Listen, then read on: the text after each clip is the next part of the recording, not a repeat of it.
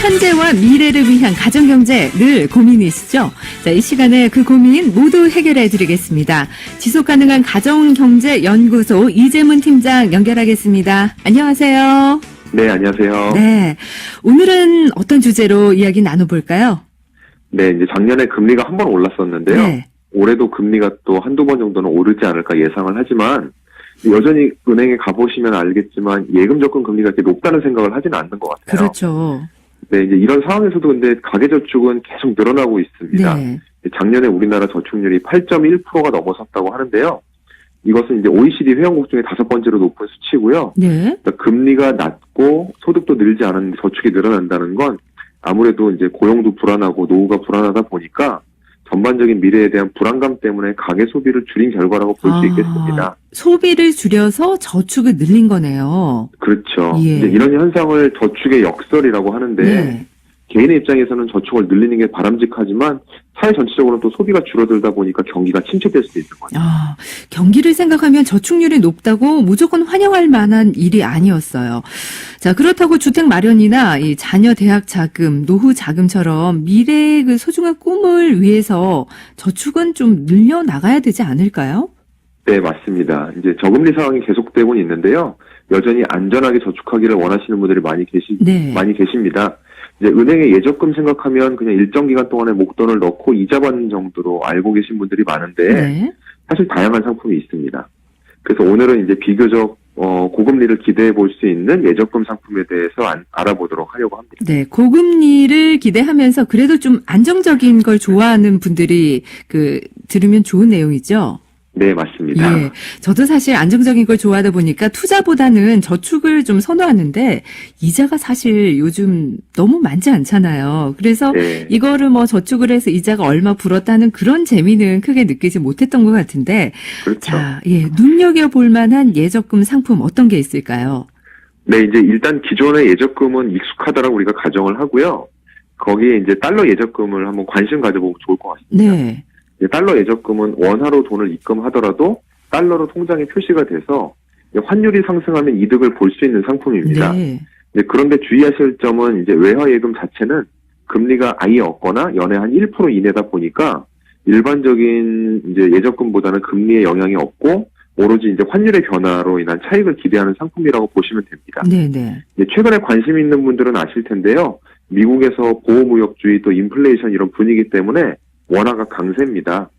이제 쉽게 말씀드리면 달러를 조금 싸게 살 수 있는 시점으로 보는 분들이 많다는 얘기인데요. 여유 자금이 있다면 나누어서 조금씩 매수해 보는 것도 생각해 볼 수 있겠습니다. 예. 자, 달러 예적금 혹시 활용할 때 참고하거나 또 주의해야 할 점도 있을 것 같아요. 네, 일단은 금리로 인한 혜택보다는 환율의 차이 때문에 수익을 볼 수 있다는 점을 다시 한번 말씀드리겠고요. 네. 여기서 이제 환율의 차이, 이제 환차익이라고 하는 부분에 대해서는 비과세가 되기 때문에 절세형 상품으로도 활용은 가능합니다. 예. 다만 아시다시피 환율은 어떤 정해진 규칙이나 패턴이 있는 게 아니다 보니까 단기간에도 크게 급변할 수 있다는 점을 기억하셔야 되고 이익을 볼 수 있지만 그만큼 또 손실도 있다 네네. 보니까 조금씩 여유 있게 자금을 활용이 가능하신 분들에게 추천을 드리고 싶습니다. 정말 여유 자금으로 하는 걸 추천드리고 싶다 이런 말씀이시네요. 네네. 예. 그리고 또 높은 금리를 기대할 수 있는 예적금 상품 중에 우선 외화 예적금을 안내해 주셨는데요. 또 다른 게 뭐가 있을까요? 목돈이 있는 분들은 직접 이제 골드바나 금을 직접 사서 모으는 분들도 계시지만요. 네. 이렇게 금을 직접 살 정도의 목돈이 없는 분들이 이용할 수 있는 방법이 이제 골드뱅킹이라고 하는 바로 금통장입니다. 예. 지금 이제 금 시세를 보니까 금값이 이제 가장 높았던 2011년도 정도 대비 한 30% 정도는 하락되어 있는 수준이기 때문에 좀 저가 매수로 좀 싸게 살 수 있는 기회다라고 생각하는 분들도 계신데요. 네. 이제 금통장은 화폐 단위로 금액이 표기되는 게 아니라 금을 살 때마다 이제 그램 단위로 표기가 됩니다. 예. 그래서 0.1g, 0.2g 이렇게 작은 단위로도 매수가 가능하다 보니까 소액으로 금을 사실 수 있고요.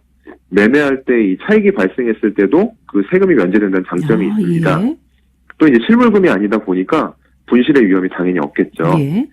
돈이 필요할 때 중간에 꺼내 쓸 수 있어서 환금성이 높은 것도 특징일 수 있겠습니다. 골드뱅킹, 금통장.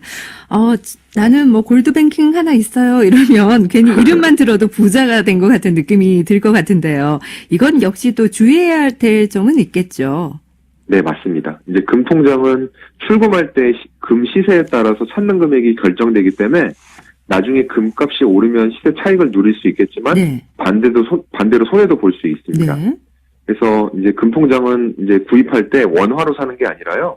달러로 바꾼 후에 금을 사는 구조다 보니까 금이 오르고 내리는 시세뿐만이 아니라 사고 팔 때 이제 환율도 고려를 또 해야 됩니다. 좀 복잡할 것 같아요. 네. 예. 그래서 이제 만약 금값도 떨어지고 환율마다 내리는 경우에는 네. 이중적으로 손실을 볼 수도 있기 때문에 주의를 좀 하셔야 되고요. 이제 금통장은 출금을 돈으로도 찾을 수 있지만 실물로 금을 직접 받을 수도 있습니다. 그렇군요. 네. 근데 이 경우에는 우리가 금은방에서 금을 주로 거래할 때 10%의 부가세를 내듯이 별도로 이제 부가세를 부담을 하셔야 되고요. 네. 마지막으로 금통장이라고 하면 시중은행이니까 당연히 예금자 보호가 될 거라고 생각을 하시는데 예금자 보호가 되지 않는다는 점도 알고 계셔야 됩니다. 그렇군요. 예금이라고 생각해서 쉽게 생각했는데 금통장에 투자하려면 달러까지 또 살펴봐야 하는군요. 혹시 은행 말고 뭐 증권사나 다른 금융기관에서 가입할 수 있는 예금 상품도 있지 않을까요? 네. 일단 시중은행보다 조금 더 높은 금리의 상품을 가입하려면 저축은행이 아무래도 또 유리할 걸로 보이는데요. 네. 또 5천만 원까지 예금자 보호가 되기 때문에 안전한 데다가 요새는 금융상품 한눈에라는 사이트에서 높은 금리 순으로 조회도 되기 때문에 시간이 되신다면 쉽게 선택하고 가입하실 수가 있습니다. 또 마지막으로는 증권사의 특판 RP라는 상품도 관심을 가져볼 만한데요. 예. RP는 환매 조건부 채권이라고 하는 상품입니다. 증권사가 만기 때 정해진 조건으로 다시 채권을 사가기로 약속을 하고 판매하는 거다 보니까 일반 RP 수익률은 보통 1% 내외로 이제 시중의 예적금 상품과 비슷하지만 신규 고객을 대상으로 판매되는 특판 RP 같은 경우에는 최대 연 5%까지 이자를 주는 경우도 있다 보니까 그렇군요. 이제 신규로 가입하거나 할 때는 충분히 활용하시면 네네. 좀 좋을 것 같고요. 예. RP는 예금자 보호는 되진 않지만 통상 이제 만기가 짧다 보니까 증권사가 뭐 소위 망하지만 않으면 네. 그 수익을 보장받으실 수 있습니다. 예. 자, 오늘은 보통의 예적금보다는 조금 더 높은 수익률을 기대해 볼 수 있는 다양한 예적금에 대해서 알아봤는데요.